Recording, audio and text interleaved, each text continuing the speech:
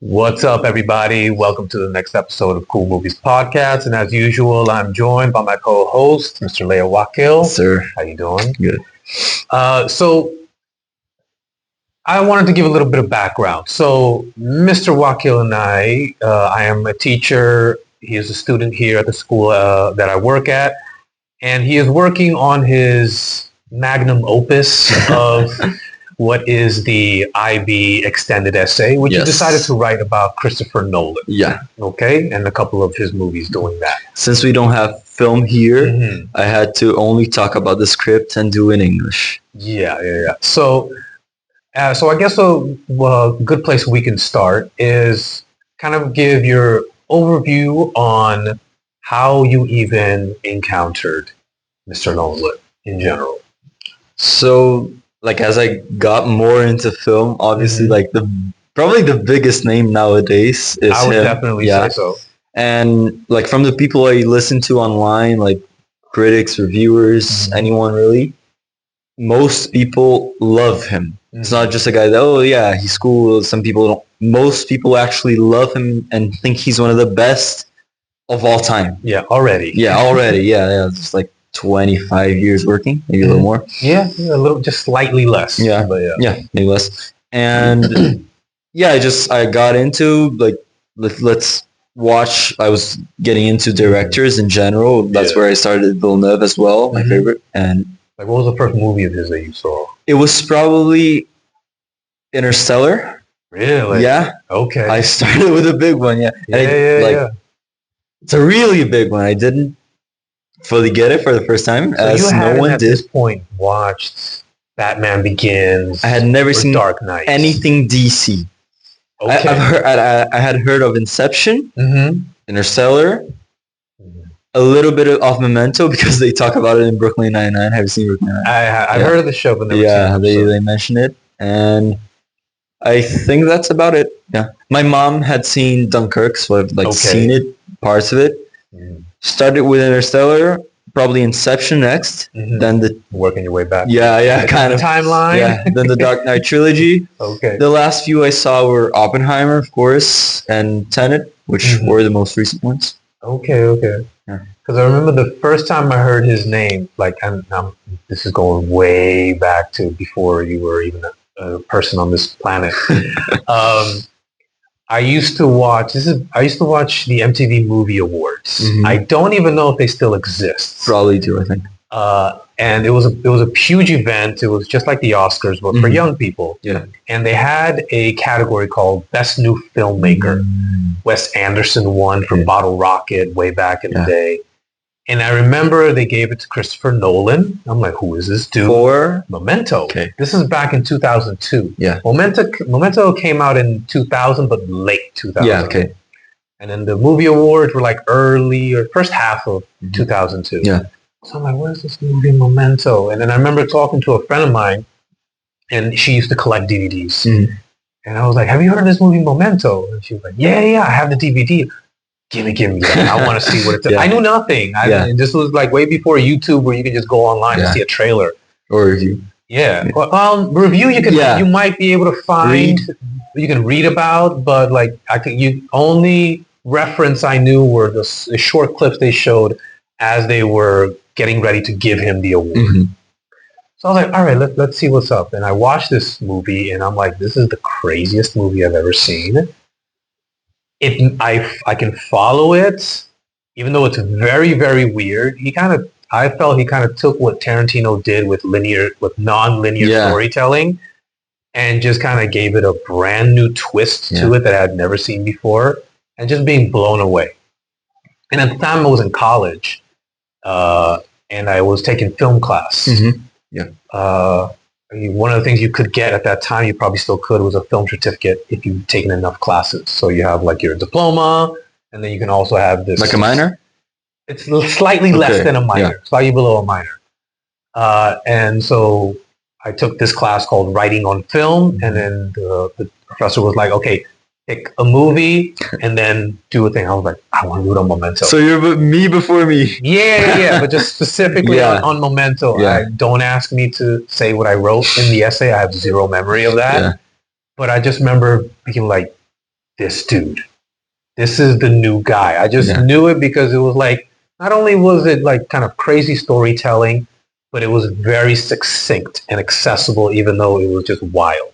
It wasn't just some people say like, "Oh, you tried something different and it didn't work," but I respect you. It fully Yeah, it works, wasn't right? like avant-garde or anything Yeah. like that. It was definitely unique, Yeah. but there was something about it that I was like, this dude can make story. He's a good storyteller, Yeah. first and foremost. And then after that, I saw the trailer for Insomnia, which I know you tell me you haven't seen it yet. Yeah. I haven't seen Insomnia and Following. Yeah, Following, I don't think anybody's seen it. Yeah. You probably maybe find it on YouTube Yeah. or something. But Insomnia, when I saw that, okay, this is his second movie, and you're already working with Al Pacino and Robin Williams. Yeah. And even the first movie, like Guy Pearce. Yeah, I never heard of Guy Pearce Yeah. at that. Well, no, that's not true. I remember him. Inherent Vice. No. No. Sorry. LA It's, Confidential. yeah. I hadn't seen it, but I remember I took film in high school as an elective for 2 years straight. And my teacher at the time was like, there's this new guy, Guy Pearce. It was like her new crush. Yeah. You know, because she was like a huge Dustin Hoffman guy, and because she's that old. Yeah. And then she's telling us about Guy Pearce. And I was like, yes, this movie LA Confidential, and won a bunch of awards and was nominated and everything. And so I was like, so I remember the name. And so, okay, he's in Memento. Okay, this is the dude I remember Miss Krutchik talking about. But then I watch Insomnia, which, believe it or not, is not an easy watch. Yeah. No, because I think at the time my expectations were, it was a different kind of movie that I thought it was going to be. You know, it's pretty much shown by the midway point of the movie where, because do you know what it's about at all? It's a guy that can't be woken up, like he can't stay up, basically, right? Right. Yeah. And there's multiple reasons for that. So Al Pacino plays a detective who goes all the way up to Alaska to investigate this murder of this young girl. Mm-hmm. Now, Alaska doesn't have nighttime at some point. At some point in the year, Yeah. like the sun is always out. So that prevents him from sleeping because it's always sunlight, and he just can't figure out how to make the room dark enough to sleep.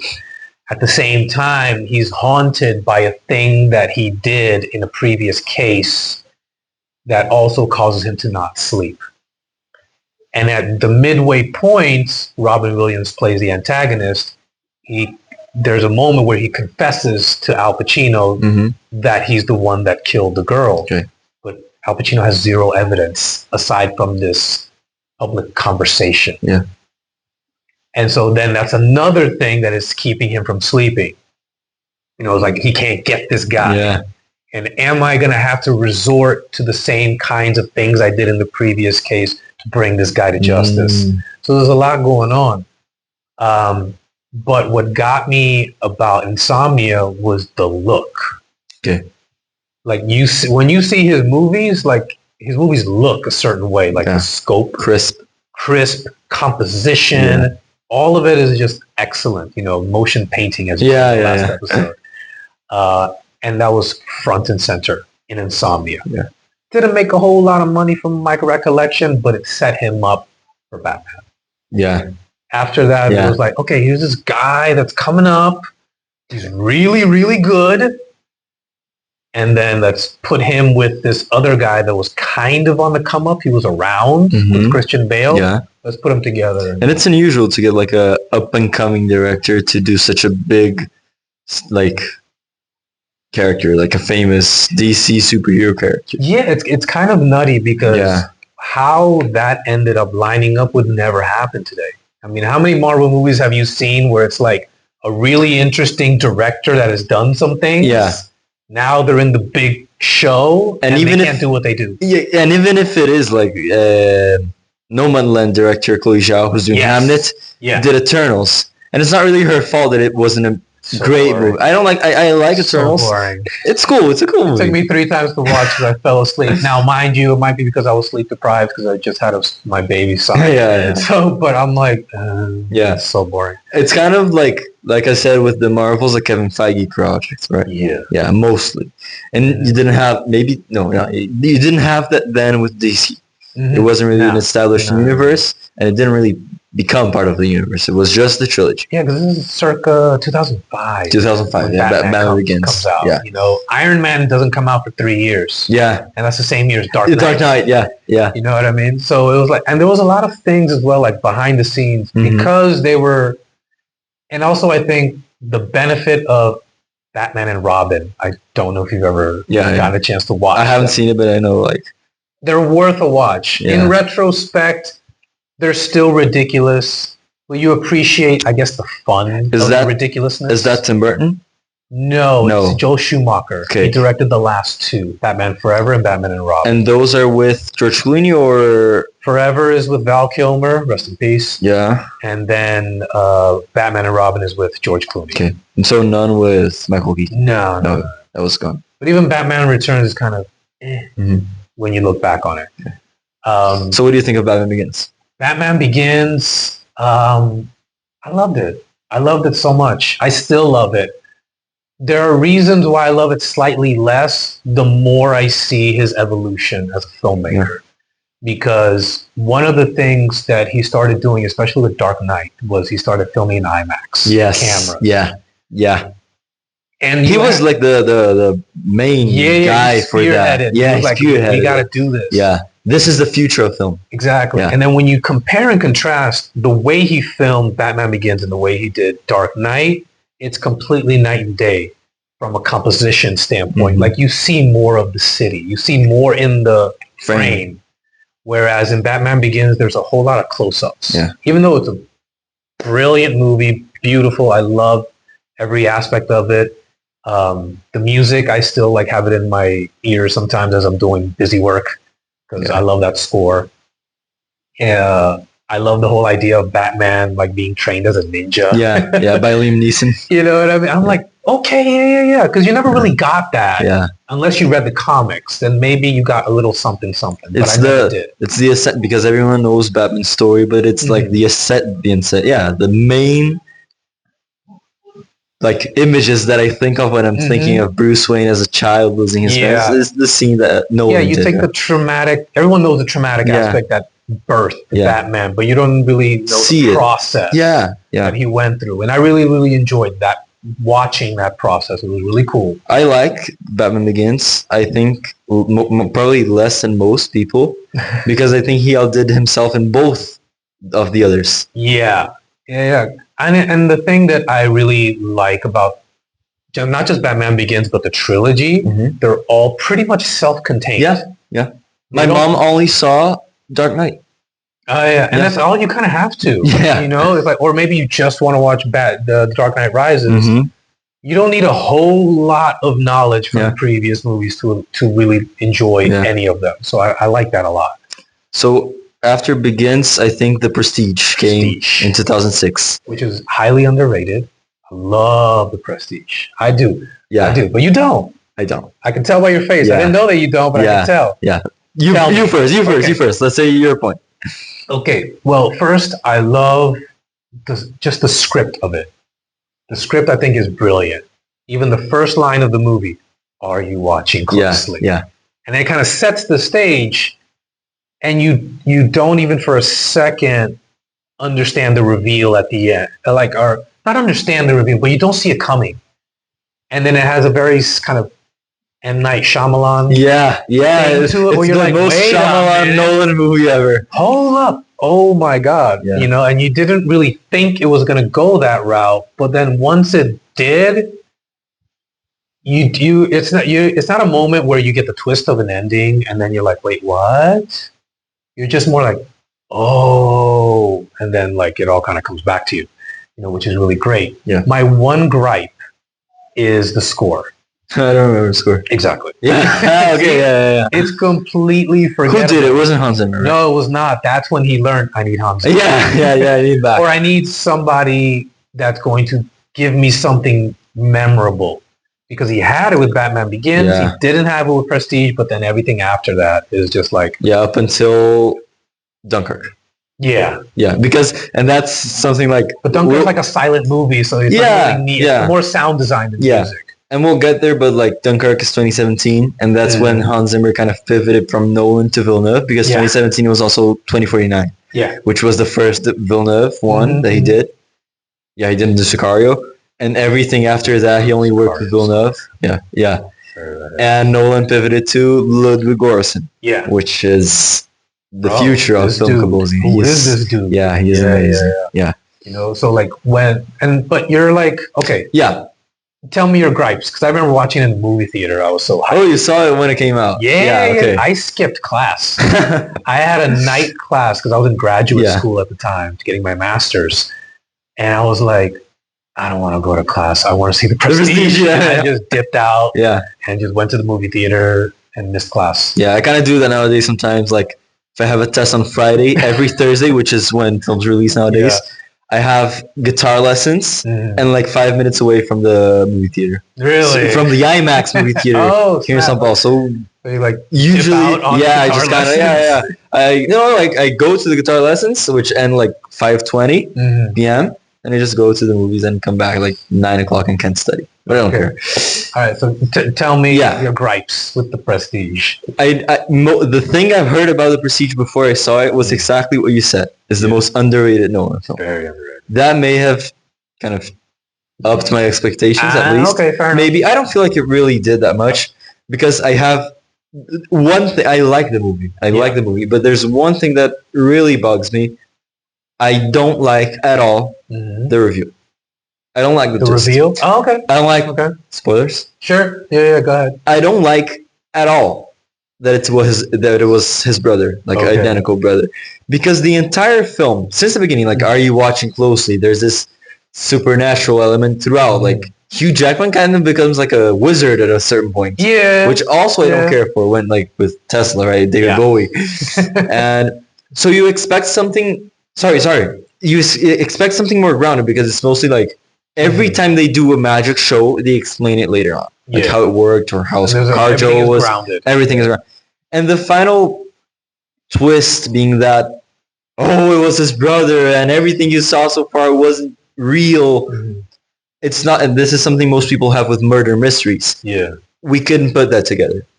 Okay, there's no way we could have. We guessed, but the film didn't set it up. And like the final scene, which is when Michael Caine comes back to that initial monologue, and it cuts like when you see like his brother against him like that. I don't like that final cut. I think it's just very abrupt. I like the movie. I don't like the ending. All right. Okay, that's okay. I know it's a hot take. No, I can accept it. I can accept it because it's not the one Nolan movie I go to that nobody really watches. Yes, it's probably my favorite one of my favorite acted Nolan movies, like Jackman, ScarJo, and Bale. Like I think this might be. I love the two of them together. Yeah, Bale and Jackman. This might be my favorite Christian Bale performance. At least like I'll go top with American 3. Psycho now. Haven't seen American Psycho. American Psycho, so good. Yeah. It's so insane. It's so insane. We can talk about that at the time because that's whole other tangent. Yeah. There's a whole like backstory of the controversy of that particular movie. Yeah. Okay, so then like from the Prestige, he went to Dark Knight. Yeah. And that was one thing. I was watching a video just today that was the original plans for Iron Man 2. I think it's from a channel called Bulletin Blockbusters. Highly recommend it. And it gives you a lot of backstory of movies that you started out one way and then ended up becoming what we see. And Jon Favreau wanted to do just a trilogy of Iron Man movies, very much like The Dark Knight, in the vein of like they're self-contained. They're not building up toward anything. Because then it becomes like too many boxes to check instead of just telling a good story. Is the second Iron Man Shane Black or is the third one? Third one. Yeah. Who did the second one? It wasn't Jon Favreau. It was Jon Favreau. He did the second one as well? Yeah, it was the one that kind of put him over the edge. Yeah. And that's why he didn't come back for the third one. It was like, you guys are making my job way too hard. He went to chef. Yeah, he went to Chef, and then Disney Jungle came Book. back and was like, "Could you please do Yeah, but Mandalorian?" yeah, and Jungle Book and The Lion King, which Love isn't Jungle good. Book. Love Jungle Book. I'm not a fan of Lion Me King. too. Same thing. Yeah, but they learned their lesson. But Yeah. Anyways. So the thing with Marvel that I think is the mistake they made. Mistake, because this is early Marvel, so Yeah. it's like when you build up to Yeah, Endgame, it worked at least. it worked. In the end, it worked. But when you hear of like the backstory of how Yeah. everything was made, it was like they kind of stumbled Yeah. for like the first 5 years, and then they finally started walking and Yeah. running. And towards the end, Yeah. um, They literally, what Warner Brothers did and DC allowed Chris Nolan to do was one for us, one for you, one for us, one for you. Yeah. And so I think that made for like and building anticipation And building a good relationship between them, right? Yeah. Which ended because of Tenet. Yeah. But still. Well, I think because of COVID. Yeah. Really. Because Tenet wasn't released in theaters. They didn't want it released in theaters. I don't remember if it was or it wasn't, but that was a huge battle. It was for like 2 weeks. Yeah, it was a huge battle. Yeah. And so he was like, well, I'm out. Yeah. Sorry, guys. And so... Then he won Best Picture. Yes. I was like, oops, I guess we should have kept it. Yeah. But I kind of love that because, you build anticipation. I cannot explain to you properly how crazy people were in 2008 to watch The Dark Knight. Yeah. I cannot, and especially like before the movie comes out, Heath Ledger passes away. Yeah. Oh, it was before it came out. Before it came out. I thought it was between coming out and Oscar win. Before the movie, like literally like days. Yeah. So then there was this, but there was already buzz about his Joker performance. Yeah. So now we're like, it's like The Dark Knight. It's the buzz of what we hear Heath Ledger was, and then he died. And then so everyone, I'm getting goosebumps just thinking about that. Like in the movie theater, it is packed, and I didn't even see it opening night. I saw it like weeks later because I knew it was going to be crazy. And I'm kind of weird. I like having a whole movie theater to myself. Yeah, me too. But it was like... Depends on the movie. But it was like 4 or 5 weeks later, and it's still packed. Mm-hmm. And I'm like, okay, but I'm here, so I got to watch it. Yeah. And there was just like... And mind you, I grew up in Miami, Florida. And the communities in Miami, Florida are a talkative bunch, all of them. In the theater? Everywhere they go, especially in the movie theater. And it was dead silence. Yeah. From the first frame. And I remember when in that overture, when he takes off the mask and you really see what he looks like, it was like a collective gasp. Yeah. You know? And it was like, everyone doing that. And then I'm like, okay. Yeah. Let's go. And I remember just thinking, like, as there are like these little things of how Nolan grounds it, like the reason why he has the face paint, because it's like war paint. Yeah. And I was like, that's really smart. Mm-hmm. That's really good. And then it just, everyone just would not stop talking about it, but mainly the Joker, and it made me feel bad for Christian Bale. Batman is relegated to a secondary character. When my mom saw The Dark Knight, she said, "This is a Joker movie. This is more of a Joker movie than a Joker movie." Right. It reminded me a lot of Silence of the Lambs, which I know you don't like. But when Hannibal Lecter is not on screen, you're still kind of thinking about it. Yeah. And that's the effect that Heath Ledger's Joker has. You're always wondering. And you want him to come back, right? Yeah. Something. Like, when's the next scene? Yeah. You know? Something. I saw The Dark Knight like 3 years ago. Love it. Yeah. Love it. Amazing movie. When I finished the movie, I loved everything Heath Ledger did, and it reminded me of someone else, and I couldn't find who it was. Like nowadays, I think it's quite obvious to me. My favorite actor, Johnny Depp. I think he didn't channel like, because Johnny Depp didn't really do like Alice in Wonderland, but he was like a little Edward Scissorhands, maybe like eccentric characters. I think he was in it, like Through the Looking Glass, I think it's called. Yeah, which is Allison, isn't it? Allison? Yeah, but he plays a character, but it's like not the main thing. Who? Johnny Depp. Yeah, but that was after The Dark Knight. So it couldn't have been that he took inspiration from. That's what you're saying. There's something about Johnny Depp's mannerisms and Mhm. voice. The voice really reminded me of him, and how the cadence, right, the rhythm, Yeah. the rhetoric, Rhetoric? rhetoric, yeah. Okay. How he phrases what he says, is part of the script, of course, but I don't know. Everything about Heath Ledger reminded me a little of Johnny Depp, but he made it his own, Yeah. and it's like top 10 performance of all time. Yeah, Yeah. it is one of those great Yeah, performances, yeah, yeah. and it stays with you. It's cool. It's disturbing. So much relatability in the sense of when he explains himself, like especially in the famous interrogation Yeah. scene. It's like you're right, and that kind of makes you uncomfortable. You know, like especially in the scene where he's in the interrogation room with the other cop. And then he's kind of telling the cop, like, it's like he killed 6 of his friends, Yeah. and that famous moment. Yeah. And then he's telling the guys, like, I think I know your friends better than you, because of these little moments right before they die. And it's like, yo, it cuts deep, Yeah. you know. Yeah. I think most of the criticism directed towards Dark Knight is that it's like a we live in a society movie. Mm-hmm. But I think just having one character that does so much for like that point that we live in a society point, like thesis of the movie, works so well. Yeah. Yeah. Because like his whole thing is I know he's conning Harvey Dent in the hospital to make Harvey Dent do his bidding. But at the same time, there's something kind of very consistent with him as a character when he's, because I do think that the character of the Joker in that performance, in that interpretation, believes that everyone is the same, no matter how good you are. You're just one bad day from becoming me. Yeah. And which is what he says, like in the end, right? Like a little turn, a little push, something like that, and chaos comes. Exactly. Something like that. Yeah. All you need is like a little push. Yeah, a little push. Yeah, that's it. Yeah. And I think that kind of philosophical bent is what I think made people uncomfortable because you don't want to admit that that's probably true in some sense. And we're talking about a superhero movie. Yeah, we're supposed to just have some fun and watch Batman. You know what I mean? So that's that. Yeah.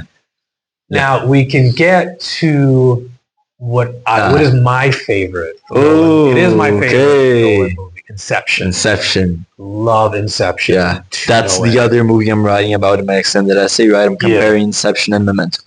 Right. Yeah. And to me, I think it's the best film score of all time. That Hans Zimmer score is just hits. It hits me every single time. Time is the greatest movie track ever. Probably. And I can't tell you, like, so I had a brief moment in my life. I try and go back to it a little bit because there were a lot of benefits to it, where I was just obsessed with watching motivational clips on YouTube.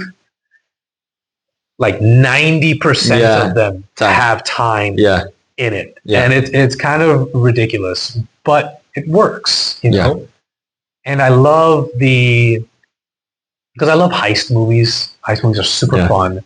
So there's that. And it's a sci-fi heist movie. It's kind of like sci-fi heist in it. It's a bit of, I think just about a lot of Nolan's movies are also like makeshift James Bond movies. Yeah, people said that like Tenet is his James Bond. Yeah. I mean, he was approached. I don't remember when though. But he was approached to do it, but because they didn't give him Final Cut, which is what he has for every single one. Final Cut, for those of you who don't know, is the person who makes a decision what the final product is going to look like that you see in the movie theaters. So basically, if there's a debate, he's the one who. And Villeneuve ended up with 007, which I think. He ended up. I think he also had Final Cut, but he was like, "I'll give it up for James Bond." Yeah. And I'm like, probably good for you, bro. Yeah. You know, I don't think it's going to be something cool because it's Villeneuve. You know what I mean? Yeah. Has he made a bad movie? No. He might. I mean, not Prisoners. Enemy. Enemy's my least favorite as well. Might be a bit confusing because that last scene, you don't really you got to think about it for a while to understand it. But the rest of his movies, they're just Have you seen okay. Ensandi? No. It's his like the one that put him in the map in 2010 as well. Okay. Okay. It's a French movie, but it takes place in. It doesn't specify, but it's like Turkey. Okay. Yeah. Okay. It's amazing. It has like one of the best plot twists ever, Ah, and it's coming to theaters in like a month. no kidding. Yeah. All right. Yeah. All right. All right. That sounds interesting. Like with Inception. Inception. Yeah. Tell me your first watch experience with Inception. I saw Inception close to The Dark Knight, probably a little later or before. I don't know, around that time. The first time I saw it, I think it was just like I loved it immediately, of course, and I had heard Time like 1,000 times. Yeah. But I didn't expect it to be that kind of movie. Mm-hmm. It's especially with Time. Like you've seen Arrival, Yes, of course. my favorite movie, and the revelation scene is like a big sequence, like a 15-minute sequence where the pieces come together to create like the twist and the answer. Right. I imagined, I projected Time being that moment in Inception, and it isn't, Okay. right? It's just the resolution. It's the last scene. Yeah. It isn't the plan working, like them exploding everything, and it's not that. It's the final scene, which has made it better for me. Like this is, many people say like Nolan doesn't have a heart in his movies.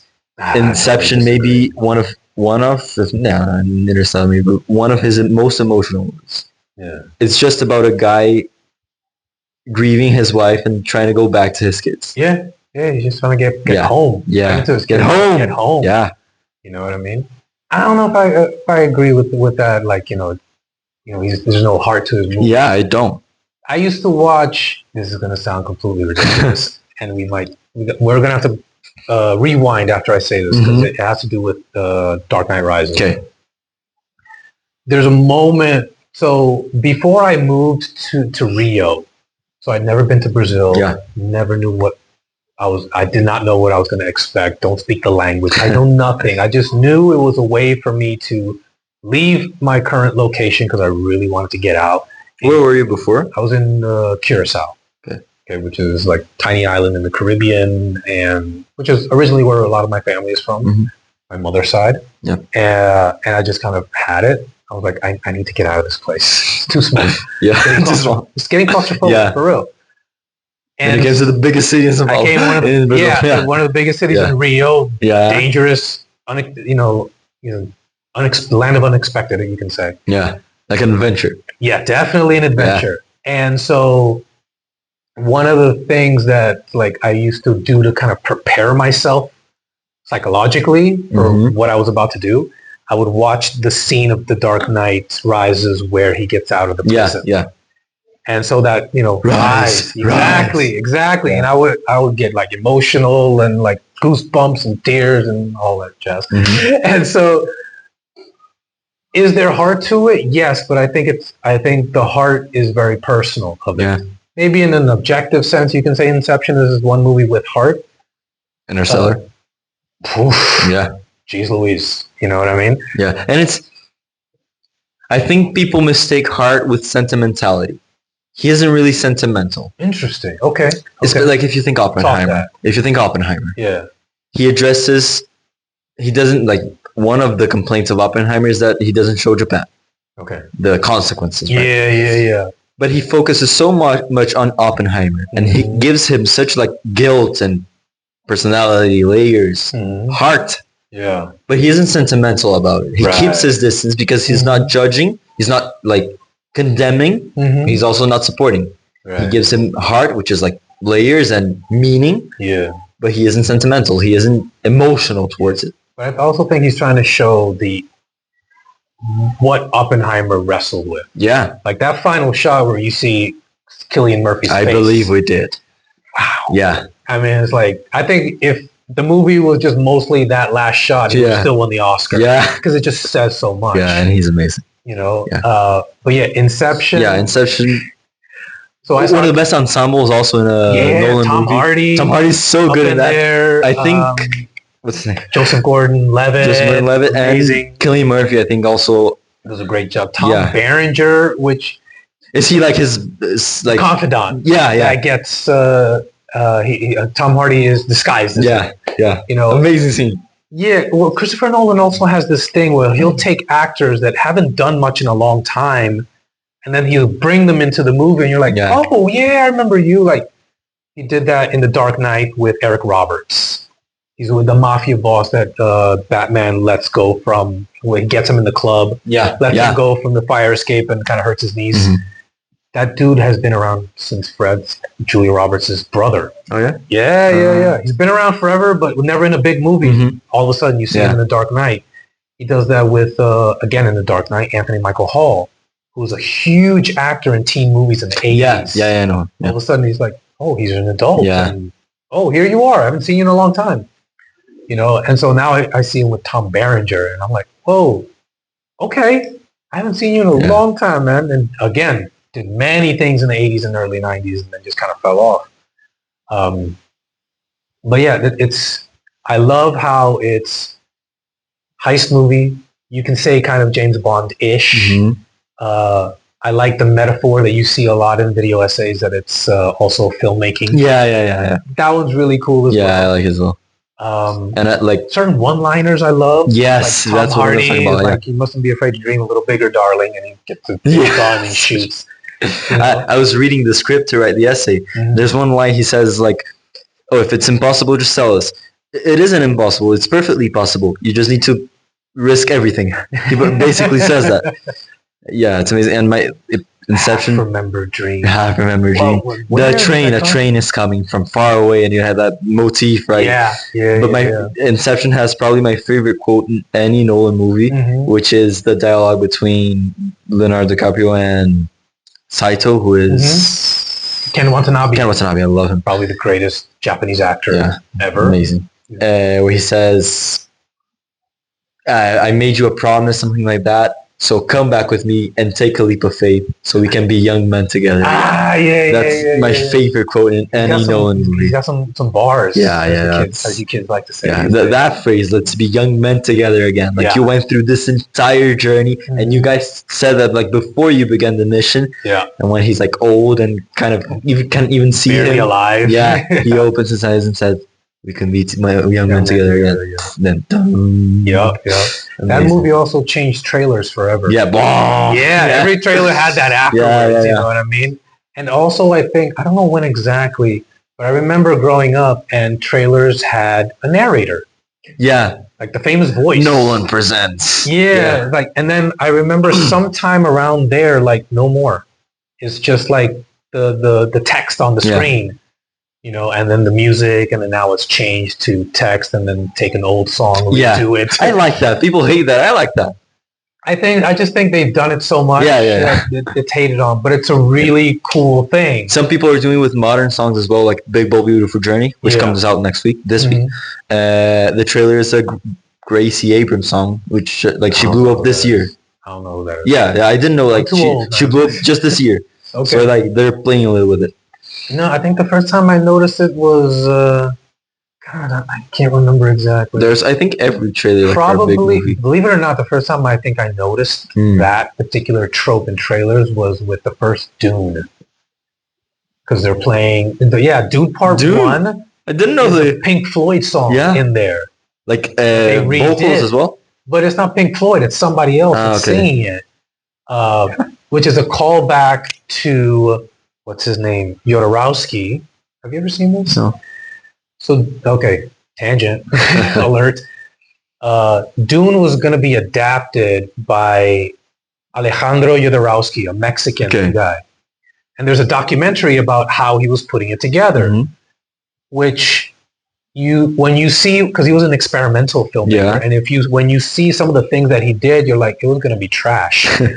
You know, but he David Lynch's like. It was before David Lynch. Before David Lynch. Yeah, it was going to be Jodorowsky, and then David Lynch got it. But there were some really great ideas that were born from the pre-production of that. So, like, H.R. Geiger was going to going to do the Harkonnen world. Yeah, and a lot of that artwork became Alien. You know, and so. What else? Mick Jagger was going to be in it. He was going to be probably Austin Butler. Yes, Yeah. he was gonna be that guy. Fade Rotha. Thank Who you. became Sting. Yeah, and who was then Austin staying Butler, later. Yeah. And so like the cast was really shaping out with some really big names, Mhm. but it's like, bro, you can't. He just didn't have. He was too much of a madman, I think, and then it just kind of fell apart, and then other things were birthed from that, including a lot of. I think The Fifth Element, before it was a movie, was a comic book, and a lot of the production design went into for the comic book. For the comic book was started in Dune. Mhm. He did a movie. He did a series of comics called The Inkle, which I think they're trying to adapt now. So a lot of things came out of it, but it's like, bro, no, no. I think the main thing is he wanted his son to be Paul Atreides. And they're like, we don't know who that is. He's not. He's a no-name He's not actor. doing the challenge. He's only done experimental stuff, But yeah. Where were we? I have no idea, bro. Dark Knight Rises. Dark Knight Rises. Yeah. Okay, I think we got to do a part 2 of this. Probably, yeah. Next week. Yeah. But we can end it with the Dark Knight Rises. Good ending. End of the trilogy. I think so too. The end of the trilogy, I'm mixed. How do you feel about Rises? I love it. You love it. Yeah. Okay. I think it's better better than Begins. I think it's better than the Prestige. I agree with that. Better than Prestige. Yeah. I'll go with that. I don't think it's as good as The Dark Knight. Not as good as Inception at all. Yeah. Not as good as Memento. That's kind of a sentimental movie, I think. Yeah. Especially the ending. Yeah. It's convoluted. It's a mess. It's bloated. It's so much fun. Yeah. I love Bane. I love Tom Hardy as Bane. I think I remember hearing the original draft of the script was 400 pages. Yeah. I think wanted to do so much. He wanted to make it like Dickens, Tale of Two Cities. Yeah. Which you can see the influences of, the have and the have-nots at a crazy, both ends of that spectrum. Yeah. But then he wanted to do other things. It's a disaster movie. Yeah. It's a comic book movie. It's his second longest movie after Oppenheimer. Yeah. Or no, Interstellar movie. Yeah. Maybe. Something like that. I don't remember. But I saw that one in the movie theater as well. Yeah. And I just remember the collective feeling was, oh, I thought it was going to be better. Yeah. Probably the most anticipated movie. Definitely. I almost follow up The Dark Knight. You know what I mean? Inception. Yeah. It's exactly. After Dark Knight, you do Inception. Yeah. Banger. Dark Knight Rises. What do you got?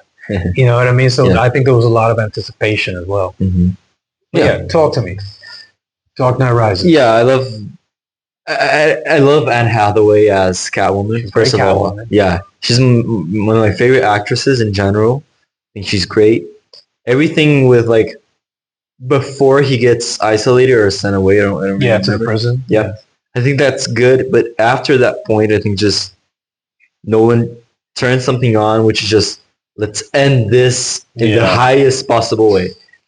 When he comes back to, of course, the climbing scene, we talked about the rising scene. Yeah. Amazing. Everything in the prison was great. I just think that the biggest impression the movie leaves is the ending, right? Yeah. And the final 15 minutes, especially everything with Michael Caine. Yeah. It's amazing. He is the best Alfred for me. Oh, yeah. And he's great. The ending of that movie, it's his for me. Yeah. Because you've seen him follow Bruce as a kid in Batman Begins. And then I'm sorry, Master Bruce. Yeah, it's Bruce. I should have done bad. Everything he says to him in the grave is amazing. And of course, the plane explosion. I failed you. I failed you. Yeah, that's what he said. I failed you. And probably one of my favorite scenes in the entire trilogy is he's in a restaurant and he looks and he's there with Anne Hathaway. Which is such, oh man. I have mixed feelings about that. Yeah. I do love it. Don't get me wrong. Yeah. I love that ending. I get it. I get why people don't like it as much. Well, if you've seen Good Will Hunting, you understand. I have. What? So there's the famous scene between Matt Damon and Ben Affleck's character where Ben Affleck says, you know what the best part of my day is? Yeah, of course. And they literally took that monologue and filmed it. I did not think about that. Yeah. Good Will Hunting is one of my favorite movies of the 90s. Mm-hmm. And I just finished my series of 90s movies on my account, on my channel. And so it's Good Will Hunting was just so great. And I remember that scene clear as day. And then when it happens on the screen, I was like, I instantly remembered. I was like, wait a minute, I've seen this. Every I've heard episode this. you blow my mind with something. I did not think of that at all. Yeah, and it's man. exactly that. It's exactly like he says, I'm gonna come to your door, and you're not gonna be there, right? Yeah. And so like, I have this fantasy. Go to the cafe, and they're like, and there you are, and there he is. Yeah. You know what I mean? And I love how it's been memeified. Yeah. Like through internet culture and everything. I think also Christian Bale, maybe my favorite one out of the three for him as a performance. Yeah. For him, it was kind of given more to do. Yeah. for him in the second. But also, like at the same, like if you watch the movie, you don't see Batman until like 45 minutes in the movie. Yeah. And it's like when can we see? When can we see? But I think that's part of it. Like you build the anticipation. Exactly. Like we're doing this epic conclusion. So let's. Yeah. This is when now Batman's here, and that's his problem, and the opening scene with Bane as well, amazing. Great, he's so insane with that voice. It's like can you imitate the voice? I can't. No, I can't. Absolutely not. Absolutely not. I remember using some of his lines because there was a specific day I remember years later. I'm training jiu-jitsu at my academy, and then one of my training partners he kind of reached a plateau in that training session, and I'm like, you got to break through it. And he's like, no, I'm tired. I'm like, one more, go.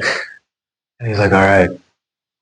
And then he goes and he does the round, and at the end he's just laid flat on the mat with nothing left. And then what I say, because I'm me, I'm like, now you have my permission to die.